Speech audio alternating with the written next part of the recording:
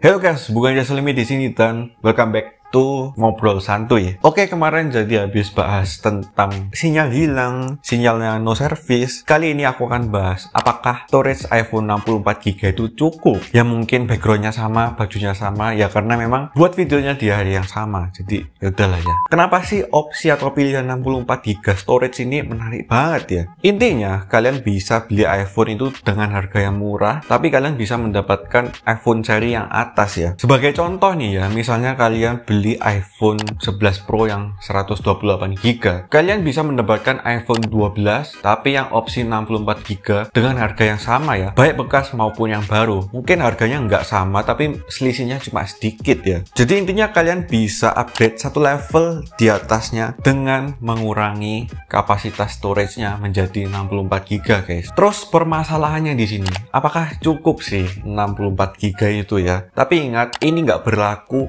buat kalian yang tiap tahunnya tuh ganti iPhone baru ya. Karena menurut pendapatku, menurut pribadi aku, 1 tahun menghabiskan 64GB itu sudah sangat-sangat banyak ya. Jadi buat kalian yang tiap tahunnya ganti iPhone, kalian nggak usah khawatir ambil opsi yang 64GB. Nah terus nih, aku kasih skenario-skenario pengguna. Kalian termasuk tipe yang mana? Langsung aja aku kasih tahu ya. Pengguna pertama yaitu kalian suka foto-foto, kalian suka video-video, kemanapun kalian pergi kalian ambil foto, ambil video, sering selfie, dikit-dikit foto, apalagi kalian mengambil videonya di resolusi yang besar, mungkin di 4K 60fps. Nah itu jelas nggak cukup ya untuk di storage 64GB. Terus pengguna kedua yaitu kalian gamer hardcore. Mungkin buat kalian di sana yang gamer hardcore, yang suka dengan main game, gamenya tuh filenya besar-besar, ya jelas nggak cukup ya di 64GB ini. Terus lanjut pengguna ketiga yaitu kalian full beraktivitas di iPhone aja. Misalnya nih, kalian kerjain tugas di iPhone, kalian butuh aplikasi Microsoft Word, PowerPoint, Excel, belum ada Google Drive, Google Meet, Zoom Meeting, Google Docs, Google Sheet, belum kalian ngedit di sini ada Adobe Premiere, ada aplikasi lainnya. Itu menurut aku sangat mepet ya untuk storage 64GB. Jadi kalau kalian yang kerjanya tuh full di HP ya, semua kalian kerjain di HP, itu menurut aku kurang cukup ya kalau di 64GB. Atau misalnya nih kalian pengguna keempat yaitu kalian pengguna yang santai-santai aja, digunainnya cuma buat sosmed aja, buat nonton, terus sesekali foto lah, cuma sekedar foto, main gamenya cuma 1 atau 2 game aja, itu jelas lebih dari cukup ya 64GB. Karena aku sendiri itu ngalamin kayak gitu ya. Apalagi kan di HP ini aku juga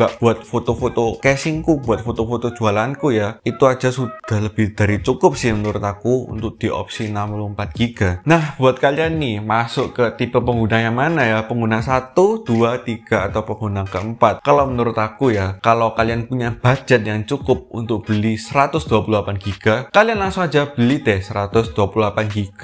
Atau misalnya cukup ke 256GB, ya kalian beli ke 256GB. Jangan kalian misalnya punya budget 256GB terus kalian beli yang 64 aja. Yaitu menurut aku kayak eman ya. Kalau misalnya kalian ada budget, ya udah kalian beli aja yang storage besar. Nggak bisa bro, nggak ada budgetnya, udah mepet ini. Aku pokoknya ambil yang 64GB itu sudah mentok deh, nggak ada budget lebih. Untuk jangka panjangnya gimana terus ya 64GB ini? Apakah aman? Nah ini dia guys, menurut aku jangka panjang itu ketika kita menggunakan handphone lebih dari 3 tahun itu menurut aku termasuk jangka panjang ya. Apakah aman 64GB untuk dibuat jangka panjang? Bisa iya, bisa juga enggak ya. Bisa iya kalau kalian itu rajin bersihkan foto-foto yang nggak penting, kalian rajin bersihkan file-file yang nggak penting. Bisa iya juga kalau kalian itu ada niatan mau untuk backup foto ya, backup foto, backup video, backup data ke laptop atau ke PC kalian ya, minimal setahun sekali deh. Bisa ya juga kalau kalian berlangganan iCloud. Nah ini dia guys, kalau kalian yang orangnya males ya, waduh aku males bersihin, aku males backup foto, opsi terakhir yaitu pasti langganan iCloud. Tapi kalau aku pribadi, aku kayak kurang seret ya langganan ke iCloud ini, per bulan juga bayar. Habis itu kalau langganan iCloud itu mungkin kena hacknya atau mungkin diretasnya tuh lebih gampang ya. Jadi jangan sampai kalian simpen foto foto-foto atau data-data yang penting ya di iCloud, karena itu gampang banget keretasnya. Terus nih kalau bicarain iCloud, kalau gitu aku langganan iCloud aja dong. Misalnya kalau kurang, kalian boleh kok berlangganan di iCloud ya. Untuk langganan di iCloud harganya tuh bervariasi ya. Setahu aku nih, untuk yang 50 GB itu harganya 15.000 ya per bulan, dan yang 200 GB harganya 45.000 per bulan. Terus yang terakhir untuk 2 TB itu harganya 149.000 per bulan. Apakah worth it? Yuk kita hitung-hitungan aja deh. Misalnya nih kita ambil opsi yang tengah-tengah ya, yang 200 GB.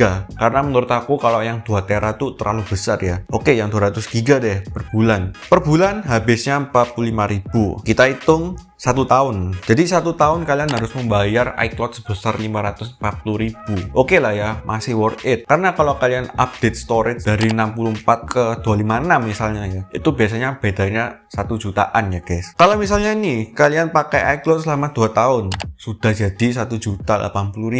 Menurut aku kalau langganan iCloud sebesar 1.080.000 ya selama 2 tahun, itu mending kalian upgrade aja deh storage-nya ke storage yang lebih besar ya, iPhone kalian. Penggunaan iCloud ini dibuat jangka panjang, itu jelas nggak menguntungkan ya, malah buat kalian boncos. Tapi misalnya nih kalau kalian jarang-jarang aja gunain iCloud, misalnya nih kalau kalian lagi kerjain tugas yang banyak, ya udah kalian langganan aja sebulan 45.000. Kalau misalnya di bulan-bulan berikutnya kalian nggak butuh berlangganan, ya udah nggak usah langganan. Itu worth it ya kalau kalian pakai iCloud. Dan yang terakhir nih, sekarang kalian pakai handphone storage-nya berapa sih? Kalau misalnya sekarang kalian pakai handphone storage-nya tuh 32 GB ya misalnya, dan kalian 32 GB itu aja sudah cukup, berarti untuk di storage 64 GB sudah pasti cukup ya. Kalau misalnya sekarang kalian pakai handphone di storage 64 GB dan storage-nya tuh full terus, berarti next misalnya kalian mau ganti ke iPhone, itu jelas 64 GB nggak cukup ya. Atau misalnya kalian sekarang pakai handphone yang 128 GB, 256 GB itu aja sudah merasa kepenuhan, terus kalian mau upgrade iPhone yang storage-nya cuma 64 GB,